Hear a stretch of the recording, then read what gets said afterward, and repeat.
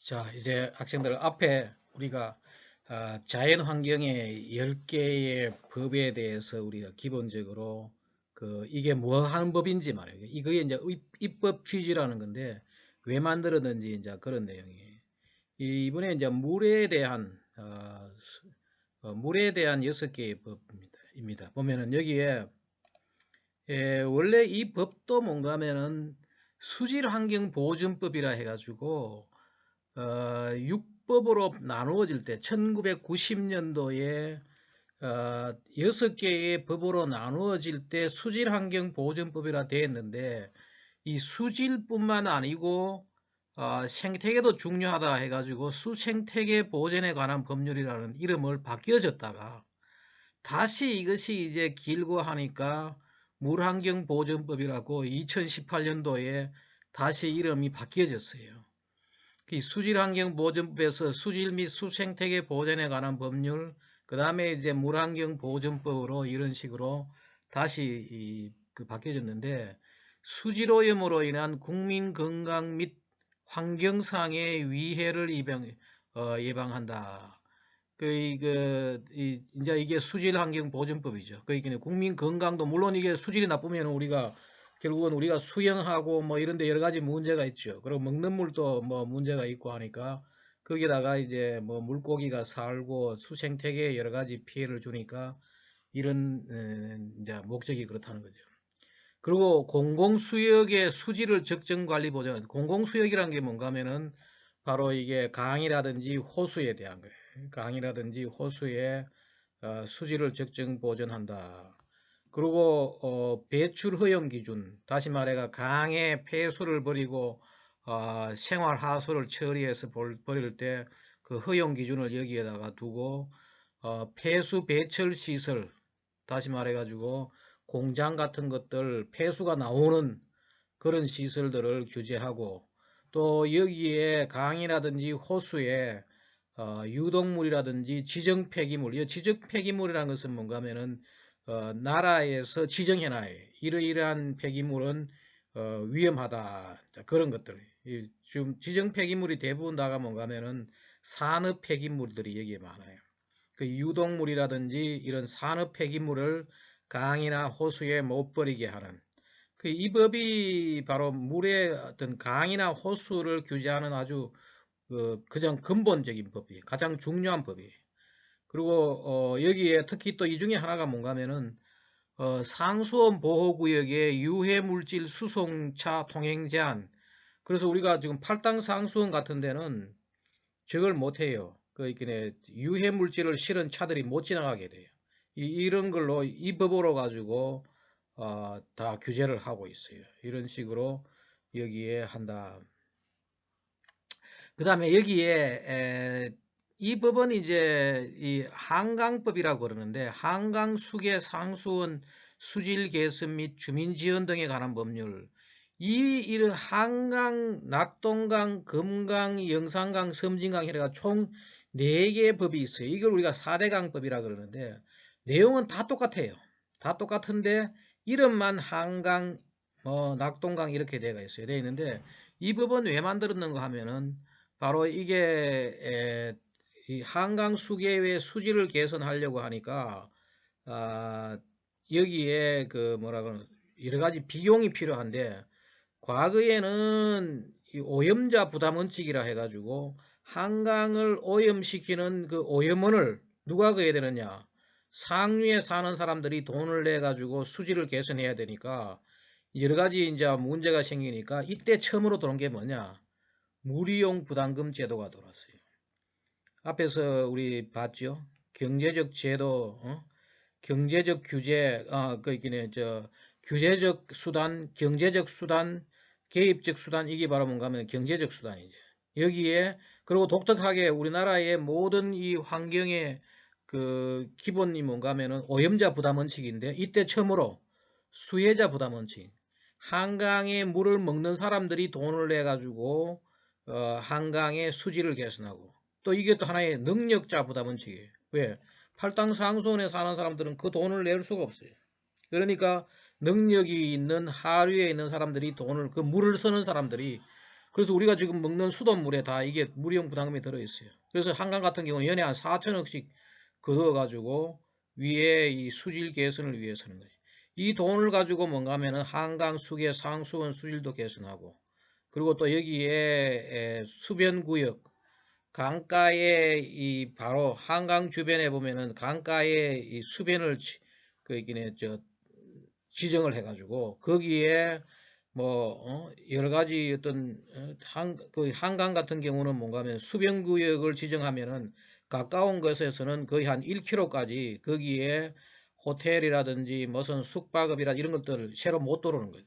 공장도 못 들어오고 축사도 못 들어오고 이런 수변구역을 지정을 하고, 왜? 강가에 뭐가 들어오면은 오염시킬 수 있는 그 문제가 더 많으니까. 그리고 이제 이때 뭔가 하면은 수질오염 총량제도를, 수질오염 총량제도는 뒤에 가서 다시 설명을 하겠어요. 전체 그 강에 버릴 수 있는 양을 정해놓고 그걸 이제 규제를 하는데, 실제로 우리나라의 이게 수질 관리에 아주 중추적인 역할을 하는 거예요. 뒤에 가면 우리 수질 정책에 가면 다시 우리가 봐요. 그 수질 오염 총량 제도를 여기 도입했는데, 처음에는 뭐냐, 하고 싶은 지역만 하도록 임의제로 자기가 원하는 데만 하도록. 그러니까 우리 만약에 예를 들면은 팔당 상수원 옆에 경기도 광주시가 있다. 광주시가 수질오염 총량제를 자기들이 원하면 하고 원하지 않으면 안 할 수가 있는데, 왜 원하게 되는가 하면은 수질오염 총량제를 하게 되면은 광주시 같은 데서는 자기들이 더 많이 개발하고 대신에 오염물질만 잘 줄이면 되는 거예요. 이건 뒤에 가서 우리가 사례에서 따로 또 얘기를 할게요. 이런 것이 도입됐고, 이렇게 처음에는 임의제로 했다가 그 다음부터는 의무로 무조건 다 하도록 이렇게 했는데, 뒤에 보여. 그 다음부터 똑같은 게 뭔가 하면 낙동강 수계, 물관리 주민지원에 대한 거, 낙동강 수계 수자원과 오염원 적정관리 수질 개선 똑같은 거죠. 그리고 수질오염 총량제도 이때는 뭐 했느냐? 처음부터 이때는 뭔가 의무제로 했어요. 한강은 임의제로 했다가 원하는 데만 하게 했다가, 왜? 반발이 많아가지고 안 하겠다고 하니까 그래서 했다가 의무제로 바뀌었어요. 똑같이 낙동강, 그 다음에 금강도 똑같은 거예요. 그 다음에 영산강, 섬진강 다 똑같은 걸. 근데 이 법이 이름만 다를 뿐이지 내용만 다 똑같아요. 이렇게 해가지고 이제 전체적으로 이 수질을 관리하는 그 내용이에요. 그 다음에 여섯 번째 뭐냐 하면은, 과거에는 말이에요, 이 가축 분뇨에서 나오는 축산폐수를 하나의 그 축산폐수로 인한 그 오염원을 관리하기 위해 가지고 축산폐수를 그냥 수질오염 관리해서 물환경 보전 그쪽에서 관리를 했는데, 그럴 게 아니고 뭐냐면은 2006년도에 어떤 걸 했는가 하면은, 가축 분뇨도 축산폐수도 하나의 자원이다. 가축 분뇨를 하나의 자원화하겠다는 그런 생각 때문에 가축 분뇨의 이용 촉진을 위해 가지고 이런 법을 새로 만들었어요. 그래서 뭔가 한번 봐요. 규제 위주의 관리 정책에 탈피하여 적정 관리 및 자원화를 통한 친환경 축산 기반 조성과 수질오염 방지 책무를 부여한다. 이런 목적으로 뭔가 하면은 그 축산에서 가축에서 나오는 그 폐수들을 옛날에는 이것을 하나의 오염원으로 봐가지고 처리하고 했는데, 그게 아니고 이것을 하나의 자원으로 하자. 그래서 모아가지고 그거 가지고 다시, 학생들 들어봤는지 모르지만은 그 폐수 처리에서 그걸 배웠는지 모르는데, 액비라 해가지고 액체 비료를 만드는 거지. 이걸 지금 액체 비료를 만들어 가지고 그런 식으로 하는, 그걸 하기 위해 가지고 이런 법을 만들고, 이게 특히 이제 그 당시에 어디서 개능하면은 유럽에서 하는, 독일에서 하고 있는 그런 사례들을 가져와 가지고 우리나라에 여기에 적용을 한 거죠. 그래서 지금 현재 가축을 기르는 사람들이 과거에는 이걸 어떻게 처리해 가지고 오염 안 시키고 내보내느냐, 거기에 이제 집중을 했는데, 지금은 이제 가축 분뇨를 하나의 액체 비료를 만들어 가지고 쓰는 그런 식이 됐다. 요게 6가지 그거고, 이제 그 다음에 뭔가 하면 상하수도가 있어요. 상하수도. 상하수도 이거는 옛날부터 뭔가 61년도에 있었던 법이, 이거는 뭐냐, 수도, 서울 같은 데 그 당시만 하더라도 수도를 거기는 먹었죠. 수돗물을 먹으니까 그 수돗물에 대해서 수도에 관한 종합적인 계획 설치 적정 관리, 또 그다음에 상수원 보호구역을 지정하고 행위 제한. 요게 이제 조금 혼돈스러운데, 아까 물환경 보전법은 뭔가 하면은 그 상수원 지역에 유해 물질을 실은 차들이 못 지나가게 하는 거는 새로 만든 그 법에다가 했어요. 근데 상수원 보호구역을 지정하는 거는 수도법에서 해요. 그리고 상수원 보호구역에 그 여기에 그 차량 지나가는 거 말고 다른 상수원 보호구역에 가서 수영한다든지, 상수원 보호구역에서 낚시를 한다든지, 그런 것들, 상수원 보호구역에 가서 무슨 뭐 다른 행위를 하는 거를, 보트를 타고 뭐 이런 것들을 이런 식으로 제한하게 하는 게 바로 수도법에 들어있다는 거예요. 그 다음에 또 하나가 뭐냐, 이게 아주 또 재밌는 법이 하나 있어요. 1995년도에 뭐냐, 먹는 물 관리법이에요. 학생들이 지금 사용하는 먹는 샘물이 이때 처음으로 나오게 됐어요. 사실은 이 먹는 샘물은 원래 95년 이전에는 우리나라에서 만들지 못하게 되었어요. 불법으로 됐어요. 그 당시에 뭔가 하면은 생수, 학생들이 묻는 무슨 삼다수라든지 뭐 이런 것들을 우리나라에서는 만들어 판매 못하게 됐어요. 왜 그래 했느냐? 그걸 만들어 팔면은 사람들이 수돗물을 안 먹는다, 그 엉뚱한 생각을 한 거죠. 단지 미팔군에서만 먹는 샘물을 팔았어요. 그런데 그게 뭔가 하면은 이 먹는 샘물을 가지고 비즈니스를 장사를 하고 싶은 사람들이 위헌 소송을 했어요. 위헌 소송을 하니까 헌법재판소에서 국민의 행복 추구권이다 해가지고 허용을 해주는 거예요. 그때부터 이제 먹는 샘물을 만들고 먹는 샘물 만드는 수 있도록 한 법이 이거예요.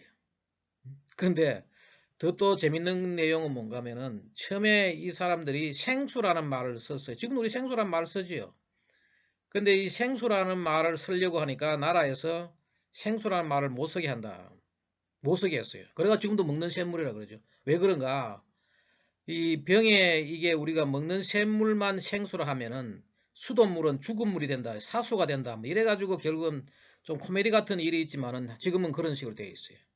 그래서 지금 그러고 그다음에 여기에 먹는 샘물로 인한 국민의 건강 위해 및 또 합리적인 수질 관리를 위해서 이 법을 만들었는데, 여기서 먹는 샘물을 만들 때 수질 기준을 나라에서 정했죠. 지금 한 50몇 가지를 측정을 해요.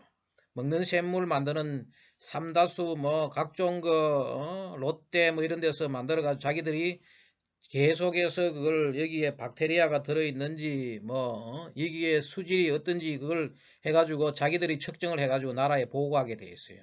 이런 기준도 설정하고, 그 다음에 또 하나 중요한 게 뭐냐, 먹는 샘물을 제조하고 수입하는 업자들한테 수질 개선 부담금을 부과하도록 했어요. 그래가지고 지금 아마 학생들이 그 만약에 뭐 1,000원짜리 이 먹는 샘물을 사면은 그 중에 200원은 수질 개선 부담금이 20%를 먹는 샘물 업자가 가져가는 게 아니고 나라에 20%를 내도록 되어 있어요. 이 돈 가지고 뭐 하느냐?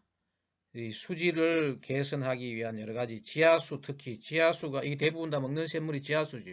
그래서 지하수 수질 개선을 위해 가지고 그렇게 한다는 거예요. 거기에 들어 있어요. 수질 개선 부담금. 뒤에 우리 이것도 다시 한번 더 볼 거예요. 그 다음에 하수도법. 이제 우리 버리는 이 하수도 있잖아요. 이것도 66년도에 그 수세식 화장실이 들어오고 할 때 하수도법이 이제 돌아가지고 도시에 있는데, 이거 다 수도법과 하수도법은 옛날에는 다 뭐였느냐, 환경부가 없을 때 내무부, 지금 같으면 행안부 소속으로 이것을 관리를 하다가 이게 다 이제 환경부가 관리하는 법으로 된 환경법이죠. 사실은 이게 환경에 관련되는 거니까. 그리고 또 하나가 이제 2010년도에 뭐냐, 물이 부족하니까 물의 재이용 촉진 및 지원에 관한 법률, 물을 다시 쓰자는 거죠. 그래서 여기 보면은 빗물을 받아가지고 쓰는 일부 이제 그런 것들, 우리 그 인천공항 같은 데도 다 빗물 받아 쓰지요. 뭐 요즘은 손님이 없어 그럴지 몰라도 물이 그까지 또 인천이 특히 물이 부족해요. 그래서 이제 인천공항 같은데 빗물 이 법에 따라 가지고 이제 그러게. 그다음에 오수라는 건 뭔가면은 집에서 사용하는 여러 가지 그 일종의 자병수택이죠. 집에서 화장실 물 말고 세수하고 이런 물들 이런 것들을 다시 이제 재활용하는 것들. 그다음에 하수 처리장에서 나오는 하수 처리수. 그다음에 이제 공장에서 나오는 폐수 처리수 이런 것들을 어떻게 재이용하느냐 이걸 촉진하기 위해서 이런 법률을 만드는 거죠. 그 다음에 수질에 미치는 해로운 영향을 줄이고 이거 다시 쓰니까 말이에요. 다시 쓰니까 혹시 거기에 유해한 물질이 들어있냐 뭐 그런 문제. 그리고 물 자원의 지속 가능한 이용도 그 물을 계속 다시 재사용함으로 해가지고 계속해서 어디서 댐 같은 데서 자꾸 댐 만들어 가지고 물을 만들 생각하는 게 아니고 다시 지속 가능하게 하겠다는 그런 의미가 들어있는 거죠. 그 다음에 이제 대기에 관련돼. 바로 이것도 대기도 이 법이 기본이에요. 물도 우리가 물환경보존법이 기본이듯이 대기도 이게 모든 대기를 관리하는 거지. 대기 적정 관리, 보존 이걸로 가지고 대기의 그 뭐라 그러나 저 미세먼지를 측정하고 모든 대기에 관련되는 모든 법이 여기에 들어요. 대기 기준치부터 다 이제. 사업장 같으면 이게 공장을 말해요. 공장 같은 걸 우리가 사업장이다. 공장뿐만 아니고 우리가 무슨 오피스라든지 모든 이 산업에 들어가는 여러 가지 그게 사업장이에요. 그다음 주거지는 뭔가 하면 우리 주택이죠. 자동차. 그 우리 보통 사업장은 학생들 아마 대기 오염에서 그 포인트 소스가 되고 점 오염이 되고 대기에서는 주거지는 면 오염이 되고 자동차는 이게 이동원이죠. 그 이런 이 주가 대기 오염 물질이 주로 나온 데가 바로 이런 거지. 여기서 나온 것들을 다 규제하는데 대기환경보전법이 모든 대기 관리의 기본이 되는 거죠. 근데 여기에 이제 몇 가지 추가되는 법률을 만들었어요. 법을 만들었어요. 보통 법 중에서 말이에요. 특별법이라고 되어 있는 게 있어요. 뭐 세월호 특별법, 가습기 살균제 뭐 특별법도 있어요. 그런 것들 보면은 그 특별법은 뭐냐? 한시적이에요. 한시적. 일정한 기간이 끝나면은 없어지는 법이에요. 문제가 해결되면 사라지는 거예요. 그 수도권 대기 환경 개선에 관한 특별법을 2003년도에 만들었는데 이게 왜 그런가 하면은 수도권에 다른 지역보다도 대기 오염원이 많고 대기가 나쁘니까 수도권의 대기를 어떻게 좀 다른 대기하고 달리 특별히 좀 관리를 해야 되겠다. 그래서 만든 것이 뭐 특별법이에요. 근데 지금까지 수도권의 대기가 조금 나아지기는 하지만은 여전히 문제가 되니까 이 부분은 그냥 살아있는 거죠. 수도권 대기 환경 개선을 위한 종합적인 대책을 수립한다. 여기에 대기도 마찬가지 총량 규제, 전체에서 나올 수 있는 양을 다 규제하고 이때 이제 들어온 게 뭐냐? 배출권 거래제도예요. 이런 만약에 수도권 어떤 지역에 공장이 있다. 그러면 새로운 공장이 들어오려고 그러면 기존에 있는 그 대기오염 물질을 배출하는 공장한테 배출권을 사는 거지. 온실가스를 이런 식으로 이제 배출권 거래를 하죠. 근데 앞에서 우리 이야기했죠. 배출권 하는데 이때 뭐냐면 온실가스가 아닌 대기오염 물질을 배출하는 배출권 거래 제도를 우리나라에서 이때 이렇게 처음 들어오는 거죠.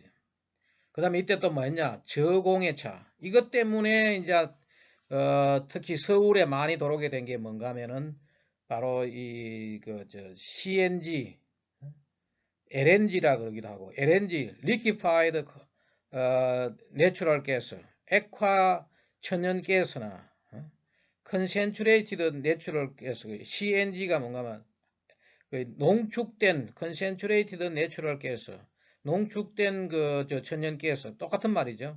그래서 그런 것들을 지금 우리 과거에는 뭐였어요? 다 서울에서 디젤차 다녔어요.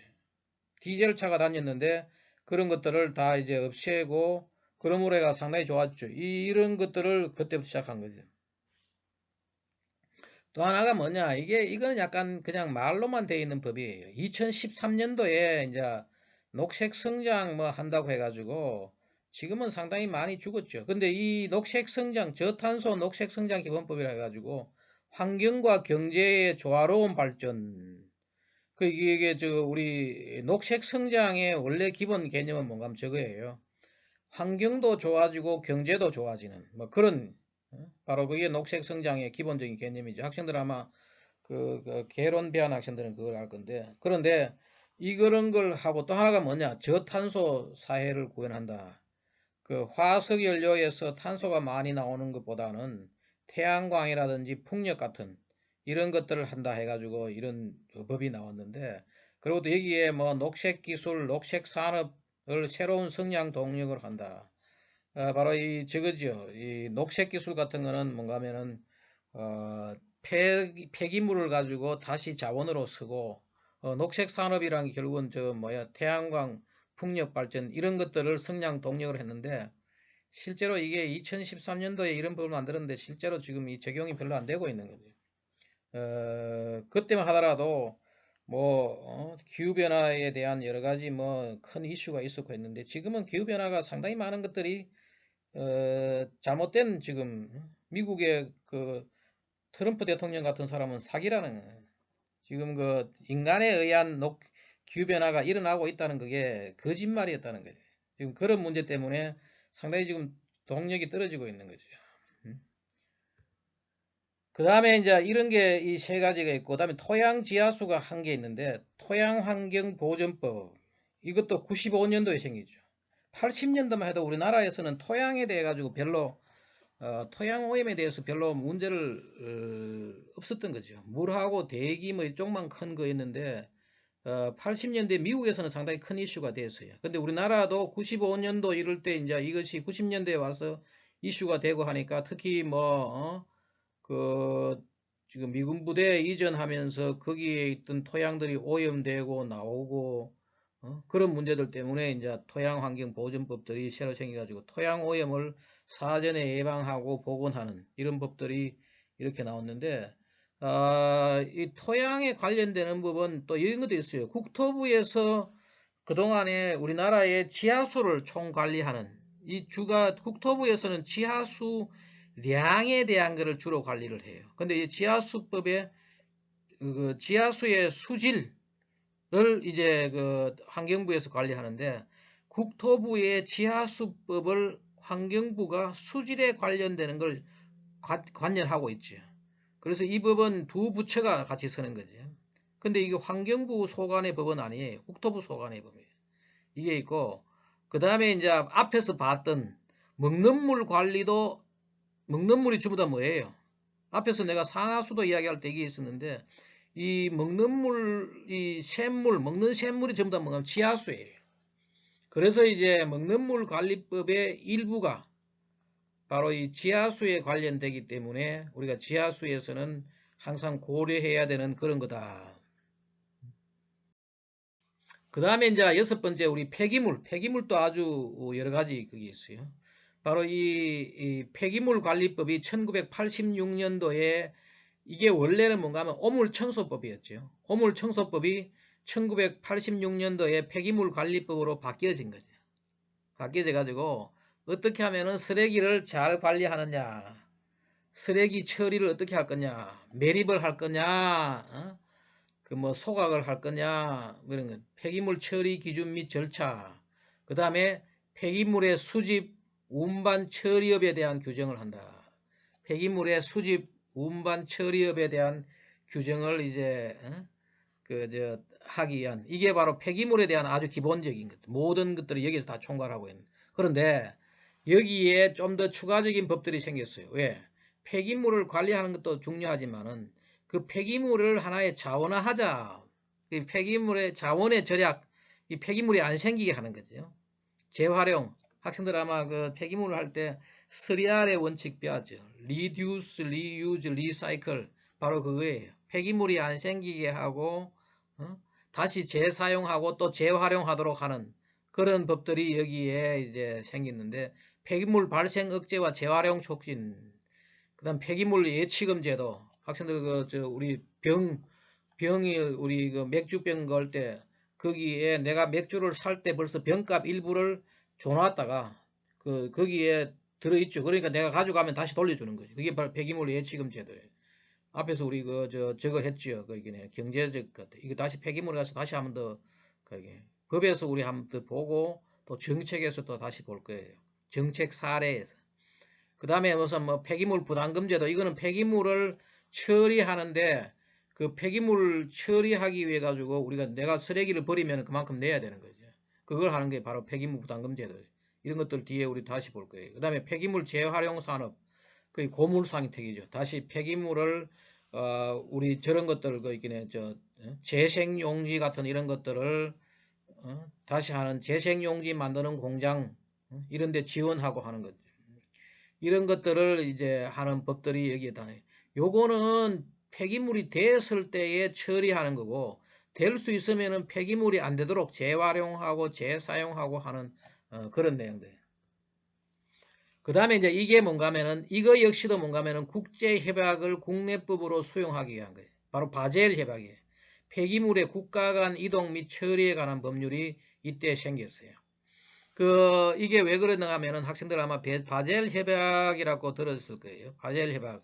그게 뭔가 하면은 유해 물질을 옛날에는 선진국에서 자기 나라 나오는 유해 물질을 후진국에다가 돈 줄 테니까 가져가라 해가지고 넘겼네. 그래서 학생들 아마 내 그 책에 보면은 내가 쓴 환경재난 책 보면은 저런 게나 코코 투기 사건 그 이탈리아의 산업 쓰레기를 아프리카 나이지리아의 코코항에다가 갖다가 돈 주고 갖다가 버려 놓으니까 그 나라 사람들이 병 걸리고 뭐 이래가지고 문제가 돼가 생긴 게 뭔가 하면은 바젤 협약이에요. 1989년도에 채택이 됐고 발효를 했고 2001년도에 벌써 149개국이 서명했다. 우리나라도 94년에 여기 비준을 했어요. 우리나라가 90년도에 상당히 많은 국제협약에 비준을 하게 돼요. 왜 그러냐? 우리나라가 OECD에 가입하기 위해 가지고 국제환경협약에 거의 다 가입을 한 거죠. 바로 그 법이 바로 뭔가 하면은 폐기물의 국가 간 이동 및 그 처리에 관한 법률.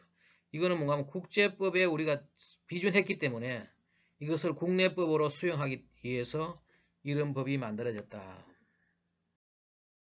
그 다음에 또 하나가 뭐냐? 95년도에 어떤 일들이 있었는가 하면 폐기물 처리 시설 및 설치 촉진 및 주변 지역 지원 등에 관한 법률.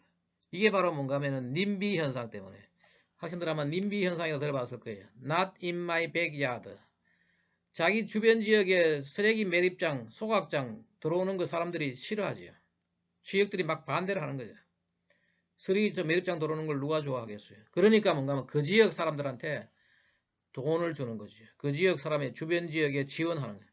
설치를 촉진하고 아무도 안 하려고 그러니까. 그래서 님비 현상에 대처하는 그런 법이다. 그 설치를 촉진하고 그 지역 주민들을 지원해 주는 거지. 그 다음에 또 하나가 우리나라의 독특한 게 뭐냐? 건설 폐기물이 엄청나게 많아요. 학생들 아마 그 폐기물 관리 들었으면 알 건데 독특하게 우리나라에 많은 게 건설 폐기물이에요. 아스팔트 뭐 금방 했다가 가고 또 재개발한다고 뭐 한 30년만 되면 아파트 다 무너뜨리고 또 사고 그 외국에서는 몇백 년 서는 빌딩도 우리나라에서는 빨리빨리 또 새로 하고 뭐 이런 문제들이 생기니까 건설 폐기물 우리나라가 엄청나게 나와요. 보도블락 계속 갈고 뭐 이러다가 이거를 어떻게 해가지고 건설 폐기물에서 나오는 것들을 다시 재활용하고 하기 위해 가지고 이런 법들을 만드는 거죠. 또 하나가 뭐냐? 이 수도권 매립지 관리공사 설립 및 운영에 관한 거예요. 이 우리나라의 또 쓰레기 문제가 큰 것 중에 하나가 뭔가 하면 수도권, 서울, 경기도, 인천에서 엄청난 쓰레기가 나오는데 이걸 매립하려고 그러니까 바로 지금 김포에 매립지를 가지고 이걸 가는데 여기에 이 수도권 매립지 관리공사 여기 학생들 하면 공기업도 상당히 괜찮은 공기업이에요. 여기에 이제 이 공사를 설립을 해가지고 이 공사가 유지되려고 그러면 뭐예요? 도로는 쓰레기에 대한 돈 받고 그렇죠? 그 다음에 거기에 매립해주는 그런 관리해주는 또 건설회사들이 있어요. 그런 것들을 운영하는 데 들어간 거죠. 폐기물 적정 처리 및 자원화 촉진 5년마다 수도권 매립지 종합관리계획을 수립하고 그래서 이거는 서울, 경기, 인천을 위해서 만들었는 법이에요. 그래서 지금 여기에 수도권 매립지 관리에는 누가 관여하느냐? 서울시의 사람, 인천시의 사람, 경기도의 사람, 또 많은가 하면 환경부의 사람, 이 네 사람이 네 명이 하나의 관련되는 그 스톡홀더라고 이권대가 돼가지고 이것을 관리를 하고 있어요. 또 하나 우리나라에 독특한 게 뭐냐? 이 전기 전자제품, 자동차 여기에 나오는 이 폐기물이 엄청난 거죠. 그 폐기물, 전기 전자제품, 냉장고, 테레비 뭐 이런 데서 그 차에서 이게 사용하고 다시 이제 다선 폐차되는 것들 있잖아요. 이걸 어떻게 하면 자원 순환을 할 것인가 이런 부분을 만들었어요. 그래서 전기 전자제품 및 자동차의 재활용을 촉진한다. 그 다음에 유해물질 사용 억제, 그 전기전자제품에 여러 가지 유해물질이 많이 들어갔죠. 특히 카드뮴 같은 것들 뭐 이런 그걸 재활용이 쉽도록 제조하고 폐기물을 재활용하도록 한다.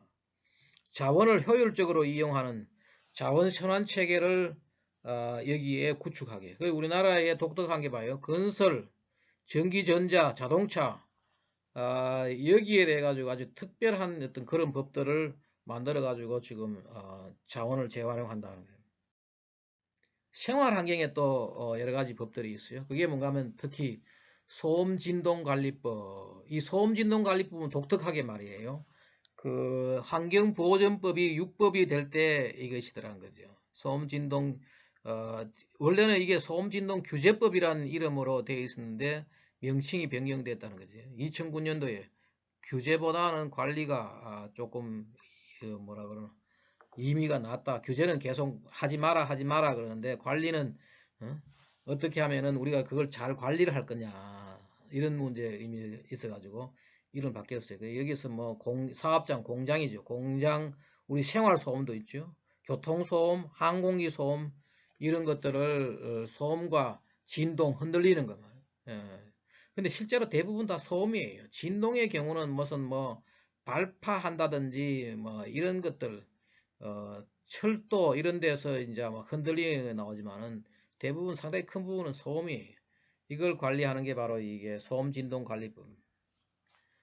또 하나가 뭐냐? 이것도 1996년도에 나왔는데 봐요. 다중이용 시설 등의 실내 공기질 관리법. 자기 개인 집은 자기들이 관리를 해야 되죠. 또 우리 학교도 우리 학교에서 실내 공기를 관리해야 되죠. 하지만은 여기 있듯이 뭐 지하 역사라든지 불특정 다수가 이용하는 지하 상가라든지 터미널이라든지 도서관, 실내 주차장, 공동주택 이런 데서 생기는 이거를 이런 것들이 다중이용 시설 불특정 다수가 이용한 이걸 여기에서부터 이제 실내 공기질을 관리해 가지고 국민 건강을 보호한다. 자기 집은 이제 개인 집은 개인이 관리해야 돼. 자기 회사 빌딩도 자기들이 관리해야 돼. 바로 이런 것들을 관리하기 위해 가지고 이 법을 만들어졌고 또 여기에 뭐가 들어가는 하면은 새집정후군 우리나라만 독특하게 이게 새집정후군이라고 아마 환경공학 개론 시간에 학생들 그 들었을 거예요. 원래는 이 말이 뭔가 하면 결함주택 정후군 영어로는 sickhouse S-I-C-K 그 병들다 시크하우스 신드롬이었는데 우리나라에 와서 이게 뉴하우스 신드롬이 됐어요. 왜 우리나라가 뉴하우스 신드롬이냐? 우리나라의 건축 목재가 우리나라의 목재가 99%가 수입이에요. 이 학생들이 쓰고 있는 책상 뭐 모든 이게 대부분 다 목재가 다 수입이에요. 근데 수입 목재가 문제가 뭐냐? 배로 한 3개월 정도 오니까 방부제를 다 칠하는 거예요. 그 방부제가 많이 들어가 있으니까 그 새집을 짓고 나면은 또 실내에 이렇게 들어가는 여러 가지 건축 자재들에서 유해 물질이 나오는 거죠. 이걸 이제 이게 다 뭐예요? 결국은 실내 공기질로 가는 거죠. 그걸 하게 해가지고 이런 법들이 이게 뭐 새집 증후군 방지, 유해 물질 이거 방지하기 위해서 뭔가 뭐 유해 물질 방출, 건축 자재 사용 제한 또 저것도 해야 돼요. 우리 지하 학생들 그 뭐 지하 역사라든지 터미널도 서울역 같은데 이런 데도 뭔가 하면 다 이런 법으로 관리를 하고 있어요. 거기서 만약에 문제가 잘못되면은 이 법으로 가지고 규제를 하고 있다. 악취방지법 이것도 아주 독특한 원래는 대기환경 보전에 악취가 들어있죠. 악취는 뭔가 하면 대기에서의 가스상 물질이에요. 대기에 학생들 입자상 물질이 있고 가스상 물질이 있는데 악취 자체가 이 가스상 물질인 돼 있는데 그래서 대기환경보존법으로 이걸 관리해도 되는데 우리나라에 아주 독특하게 악취 방지법이란 게 생겼어요. 아마 이게 합치는 게 나을 것 같은데 그 당시에 들리는 소문에 의하면은 그 당시에 환경부 장관이 악취를 좀 관심 있고 악취 전공이야. 그래가 이런 법을 하나 만들었다 그러는데 실제로 이게 분리되어 나왔고 악취 관리 지역 지정, 악취 배출 허용 기준을 정해가지고 이 지방자치단체에서 관리를 해요. 이거 아마 학생들 그 환경공학 개론에서도 내 일부 이 악취 관리에 대한 이야기를 했는데 이 악취는 말이에요. 그 지역에 사는 사람들이 악취가 난다고 그 지자체에다가 얘기를 하면은 관리를 해줘요.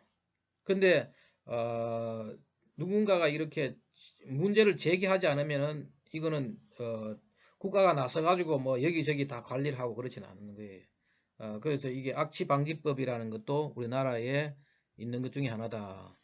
그리고 또 하나가 독특한 게 뭐냐? 이게 빛공해 방지법이라는 게 있어요.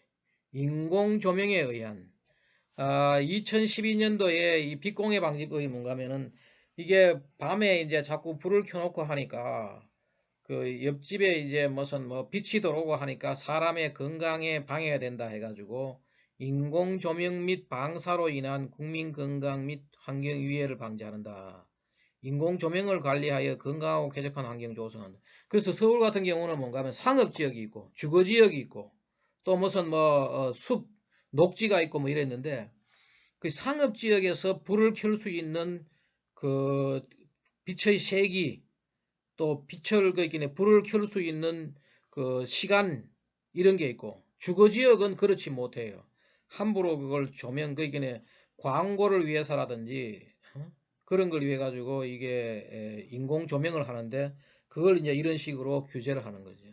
이것도 상당히 작은 부분인데 이게 하나의 법으로 되어가 있어요. 악취 방지법 비슷하죠. 소위 말하는 악취나 이 빛공해 이런 걸 다 우리가 뭔가 하면 감각공해라 그래요. 감각공해. 소음 마찬가지죠. 소음도 이게 소음, 악취, 이 빛 이게 다 뭔가 하면 감각 우리 그 눈으로 보고 귀로 듣고 코로 냄새를 맡고 근데 이런 것들은 실제로 어 직접적인 어떤 질병을 야기한다기보다도 건강에 방해가 되네. 그 우리가 쾌적한 삶을 유지하는 데 방해가 된다 해가지고 이런 법들도 만들어져 있다는. 그 다음에 이제 환경보건에 대한 게 또 있어요. 환경보건. 환경보건법. 이게 이제 실제로는 사실 중요한 거죠. 근데 우리나라는 좀 늦게 됐어요. 모든 게 이제 환경의 마지막이 다 뭐냐? 인간의 건강 때문이죠. 그 환경오염과 유해화학 물질 등이 국민 건강에 대한 위협, 그걸 예방하고 또 줄이기 위한 대책을 마련한다. 국민 건강과 생태계의 건전성을 보호 유지하기 위하여 뒤에 우리 환경보건 정책에 가면은 좀 더 여기에 자세하게 여기 보면은 보건 영양 평가도 따로 나오고 했어요. 상당히 많은 것들이 이 법이 상당히 중요한 법인데 사실은 좀 늦게 생겼다는 그런 그게 있어요. 뒤에 가서 우리 다시 좀 더 그런. 그 다음에 이제 하나가 뭐냐 유해물질 관리법. 이거는 금방 우리 인체 건강에 피해를 주니까 바로 유해화학 물질 관리법. 원래는 이게 독극물, 동물 및 극물에 관한 법률이에요. 농약이라든지 폭발물이라든지 이런 것들이 바로 원래 63년도에 만든 이것을 가지고 했는데 이때 법을 이름을 바꿨죠. 유해화학 물질을 적정 관리하라. 그리고 새로운 신규 화학 물질 제조 및 수입 시 얼마나 그것이 유해하냐 유해성 검사.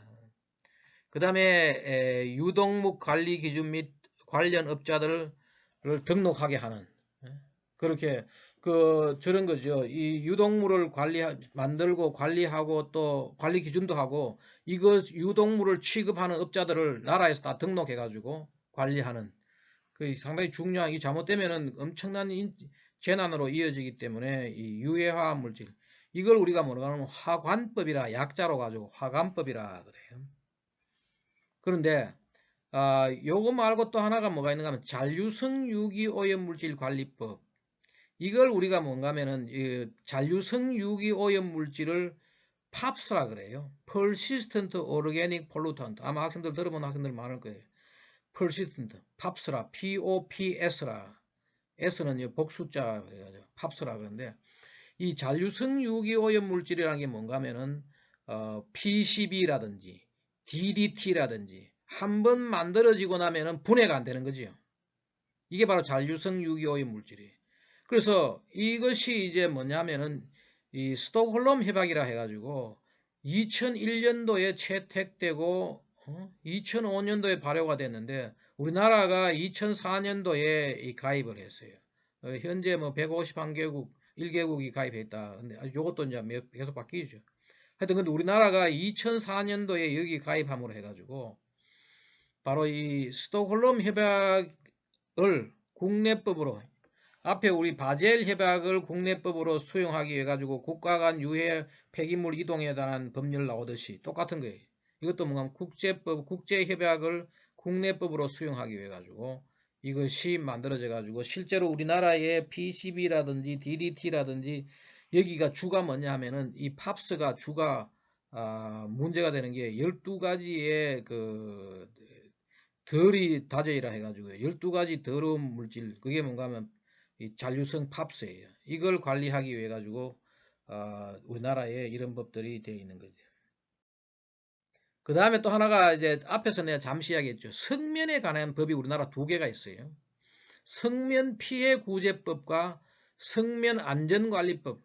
과거에 봐요. 내가 이 그림을 따로 보였는데 우리나라의 집들을 1970년대에 초가집을 다 이 슬레이트로 가지고 집을 바꾸었어요. 근데 그 당시만 하더라도 이것이 성면이 얼마나 유해한지 잘 몰랐어요. 슬레이트라는 데가.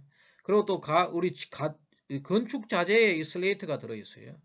자동차 브레이크에도 옛날에는 지금은 이제 그걸 안 써요. 처음에는 이걸 모르고 썼는데 보니까 이것이 이제 분해되면서 나오니까 이것이 하나의 그 성면에 들어있는 이 성면 먼지를 먹으면은 그 폐에 이 심폐증, 폐암 같은 거 걸리는 거죠.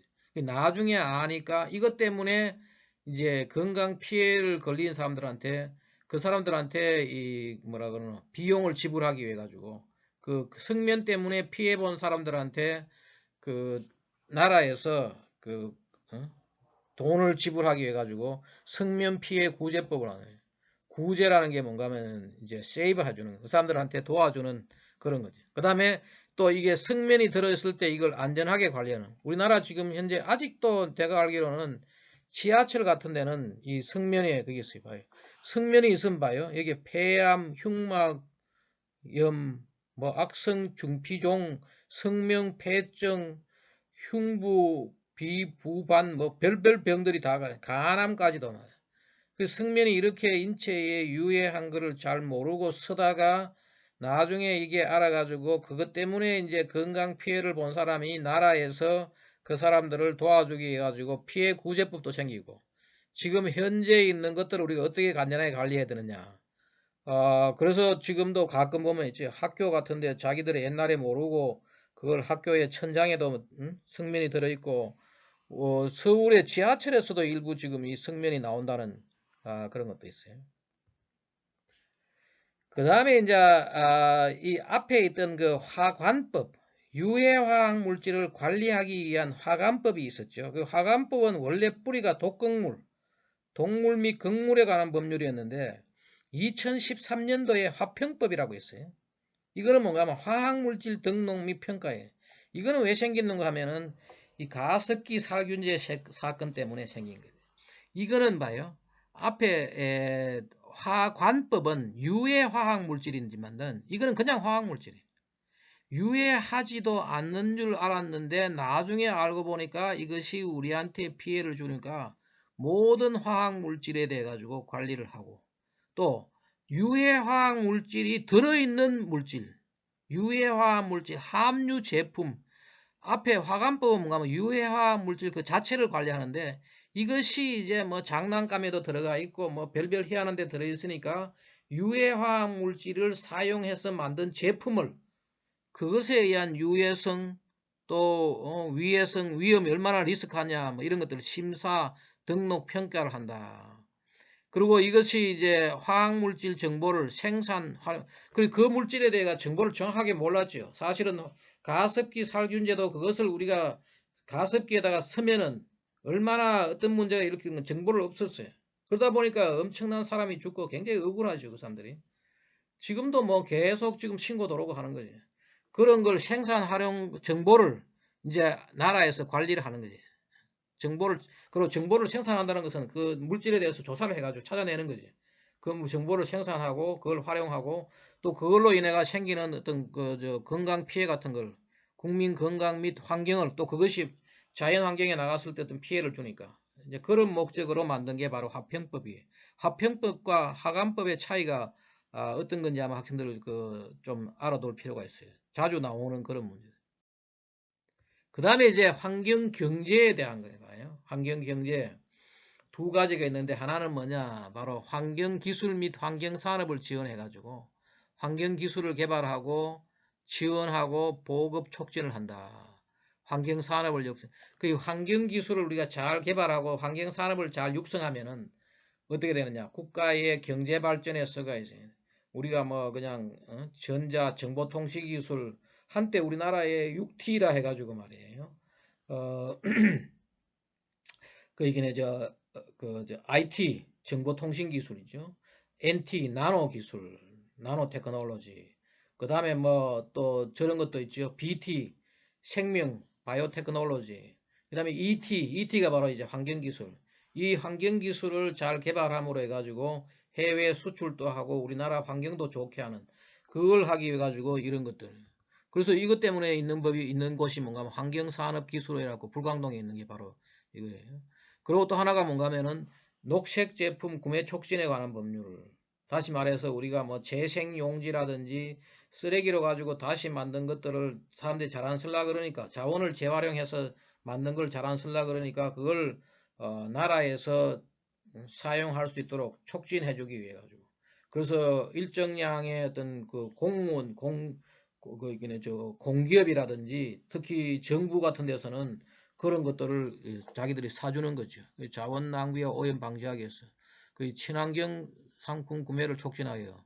왜냐하면은 이게 쓰레기 같은 걸로 자꾸 그 가면은 어떤 가격 경쟁력이 떨어지니까 거기에 대해서 여러 가지 세제 혜택이라든지 뭐 이런 것도 하는 거죠. 그리고 국민 경제의 지속 가능한 발전 뭐 그걸 하기 위해 가지고 이런다. 그 나머지가 보면은 우리가 8개가 있는데 이게 바로 첫 번째가 보면은 환경분쟁조정법. 뒤에 우리 환경분쟁조정에 대해서 따로 우리가 볼 거예요. 그 환경분쟁조정위원회 일종의 뭔가 하면은 준사법기구죠. 사법기관에 가야 되는데 행정부에서 준사법적 그러한 일을 하는 거죠. 그걸 위해 가지고 뭐 우리 소음 문제 때문에 그런 분쟁 생기고 하는 것들을 조정하는 거야. 환경분쟁조정위원회에 대한 것들을 한다. 그리고 이게 이제 환경범죄 단속에 관한 특별조치법. 이게 이제 낙동강 페놀 사건 나니까 이게 보니까 페놀 사건을 일으켜도 별로 큰 벌을 안 받게 되니까 이걸 좀 더 엄격하게 해야 되겠다 해가지고 생긴 게 바로 이 환경범죄 단속에 관한 특별조치법이에요. 지금은 이제 중대한 환경범죄를 예방을 하기 위한 형사특별법이다. 환경범죄에 대한 무거운 형벌을 규정하기 위해 가지고 이런 벌이 만들어졌습니다. 그 다음에 이제 바로 우리가 앞에서 말했던 그 부담금 제도, 환경부담금 제도라는 게 91년도에 처음 나왔어요. 이걸 이제 개선 비용 부담금법을 만들어야지 그 우리가 무슨 먹는 샘물에서 뭐 1,000원짜리 같으면 200원을 상당히 많은 걸 떼는 거죠. 떼가지고 그걸로 가지고 우리가 환경 개선에 활용하는 거죠.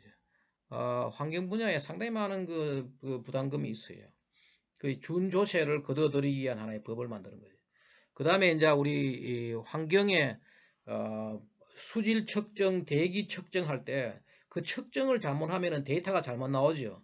그 정확도를 높이기 위해 가지고 환경 분야의 시험 검사에 관한 법률, 환경 분야의 시험 검사 및 관련 기술 수준과 운영 체계를 합리하여 효율적인 관리를 한다.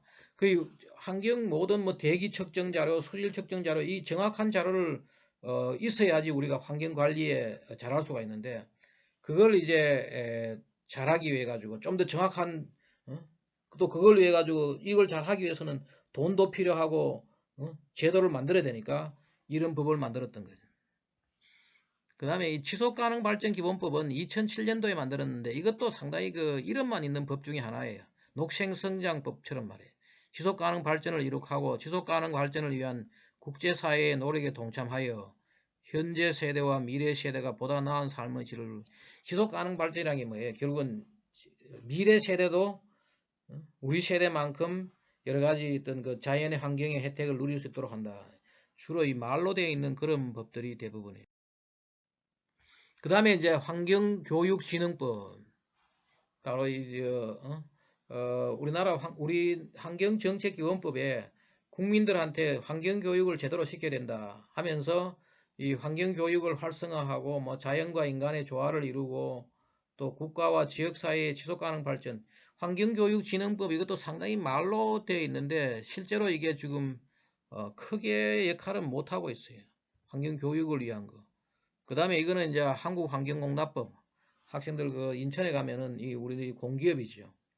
한국환경공단을 만들어. 한국환경공단 역할이 뭔가 하면은 우리나라의 모든 그 개입적 수단, 정부에서 하우처리장도 짓고 정부에서 뭐 쓰레기 소각장도 만들고 매립장도 만들고 이런 것들을 나라에서 할 수 있도록 환경오염 방지 사업과 이 자원 재활용 사업, 기타 환경 개선을 효율적으로 하기 위해 가지고 시설 점검, 진단, 설치, 운영에 대한 것들 이런 것들을 하는 거네요. 그리고 국립생태원 이게 이제 2013년도에 국립생태원이 생기면서 이 국립생태원을 설립해 가지고 거기에 어떻게 운영하느냐 이걸 하려고 하면 재원도 필요하고 하니까 이 국립생태계에 대한 조사의 연구, 전시, 대국민 교육 이런 걸 위해 가지고 이런 법을 만들었다.